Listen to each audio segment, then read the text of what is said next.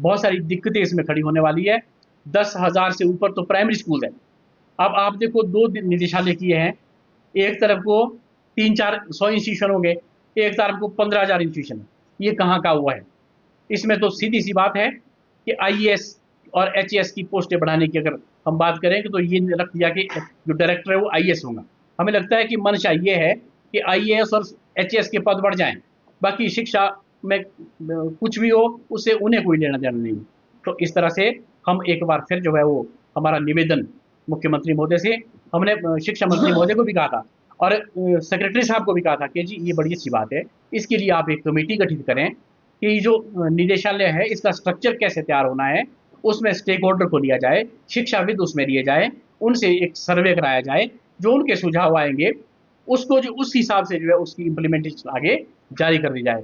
शिक्षा सचिव महोदय ने एक कमेटी का गठन तो जरूर किया, लेकिन वो कमेटी कैसी है?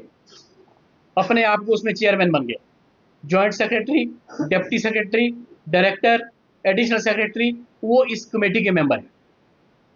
अब वो शिक्षा सचिव महोदय इस कमेटी से अपने हिसाब से ही उसकी रिपोर्ट तैयार करवाएंगे, उन्हीं को सौंपी जाएगी, वही उसको फाइनल करेंगे।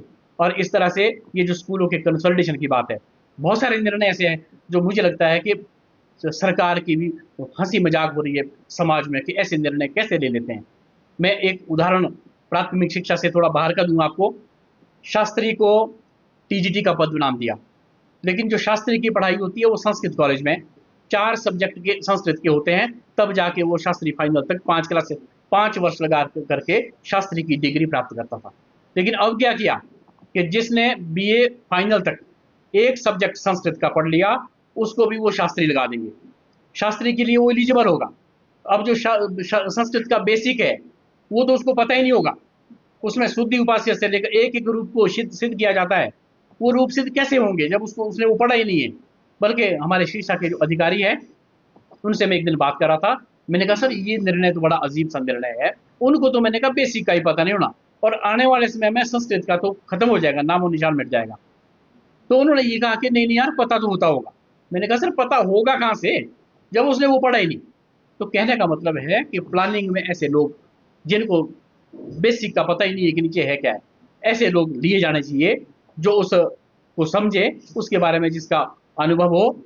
और ये हमारी जो आवाज़ थी हमारे पूरे प्रदेश में, हमारी बार बार मीटिंग जो होती रही, हम गूगल मीट करते रहे, कई बार हमने शिक्षा मंत्री महोदय से, एक बार नहीं 5-6 बार हमारी बैठक हो चुकी है, सचिव महोदय से भी। इसलिए हम सचिव के भी आभारी है कि जब भी हमने मीटिंग के लिए समय दिया, समय मांगा, उन्होंने समय दिया।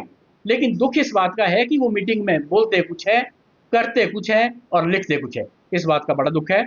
और ये हमारे जो प्रदेश, पूरे प्रदेश में प्राथमिक शिक्षक संघ है, वो हर टीचर इससे आहत है।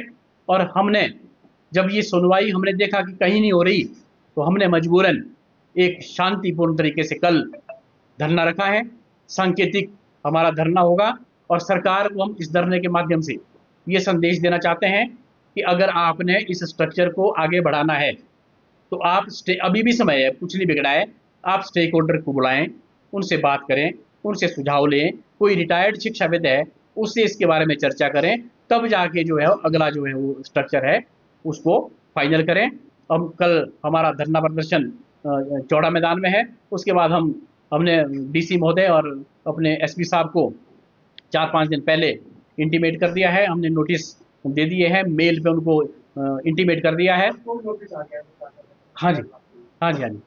तो वो उसकी तरफ उसमें ये है कि हमारे जो लोग हैं वो चल पड़े हैं, चंबा से निकल गए लोग, कांगड़ा से निकल गए, वो सब जो है वहाँ से। नहीं अभी हमें नहीं मिला। हाँ हमें कोई नोटिस नहीं मिला है। हाँ जी, हाँ जी, लेकिन वो हम तक अभी नहीं पहुंचा है, वो उसके बाद हम उस पर विचार करेंगे। उसके बाद हम अपना डायरेक्टर साहब को जो हमारा प्रतिवेदन है, हमारा मांग पत्र है, वो सौंपेंगे। और हम जो है वो प्राथमिक शिक्षकों के हित के लिए और प्रारंभिक शिक्षा में जो बच्चे पढ़ रहे हैं उनके हित को मद्देनजर रखते हुए कोई भी कदम हमें उनके उसके लिए उठाना पड़े उसमें हम पीछे नहीं हटने वाले। हाँ बिल्कुल ये ठीक है कि सरकार, हम सरकार के साथ है, सरकार इम्प्लीमेंट करे, लेकिन ठीक ढंग से करे जिससे गुणवत्ता, शिक्षा में गुणवत्ता है। ऐसा ना हो कि जो शिक्षा का ढांचा है हमारा वो तहस नहस होते होते बिल्कुल जो है वो प्रारंभिक शिक्षा तो खत्म हो जाएगी इस तरह से। आने वाले समय में मुझे लगता है कि जिस तरह से स्कूलों का मर्जर हो रहा है, आप वो देखते हैं क्या बोलते हैं रैशनलाइजेशन हो रही है। रैशनलाइजेशन में ऐसे आदेश कर दिए कि कांगड़ा वाले को चंबा, चंबा वाले को किन्नौर, जिसमें कोई जिसका कोई औचित्य नहीं है। मजबूरन सरकार को वो फैसला वापस लेना पड़ा। और इसके बाद और विस्तृत जानकारी के लिए हमारे मध्य हमारे जिला बिलासपुर के अध्यक्ष और हमारे प्रदेश के संयोजक भाई रमेश जी है, वो अपना वक्तव्य देंगे। भाई रमेश जी। नोटिस जारी किया है कि वो लीगल एक्शन लेंगे, और वो हमें पहले से लग रहा था कि वो ऐसा करेंगे, क्योंकि ये किसी की सुनने वाले तो है नहीं। अगर इन्होंने हमारी बात 1 साल पहले सुनी होती, हमारे जो ब्यूरोक्रेट्स है खास करके, उन्होंने हमारी बात को 1 साल पहले माना होता, तो ये आज दिक्कत ना आती। और मैं आज इस प्रेस के माध्यम से ये सूचना देना चाहता हूँ कि भाई ये जो संघर्ष कल 26 अप्रैल को होना है, 26 अप्रैल 2025 को होना है, ये 2024 में हो चुका होता। ये हमारा सब्र था, हमारी सहनशीलता थी कि हमें ये लगा कि सरकार आज नहीं तो कल इस पर विचार करेगी, और जो हमारे सुझाव हैं, जो पॉजिटिव सुझाव है, उसको अमली जामा पहनाएगी। कहीं ना कहीं ये ठीक है कोई दिक्कत रहती होगी तो हमने 1 वर्ष इस इंतजार में निकाल दिया, लेकिन नोटिस दे करके ये नहीं है कि हम जो है वो जो हमारे मूलभूत सुविधाएं हैं बच्चों के साथ, जो भगवान का रूप है प्राइमरी के बच्चे, वो कभी माफ नहीं करेंगे इनको। वो इस जन्म में तो उसका जो बुरा असर है वो भुगतेंगे, लेकिन अगले जन्म में भी मुझे नहीं लगता कि वो इन बच्चों के जो हा है उससे वो कहीं छूट पाएंगे। तो नोटिस जारी करे सरकार, और इसके माध्यम से लीगल एक्शन ले। हमें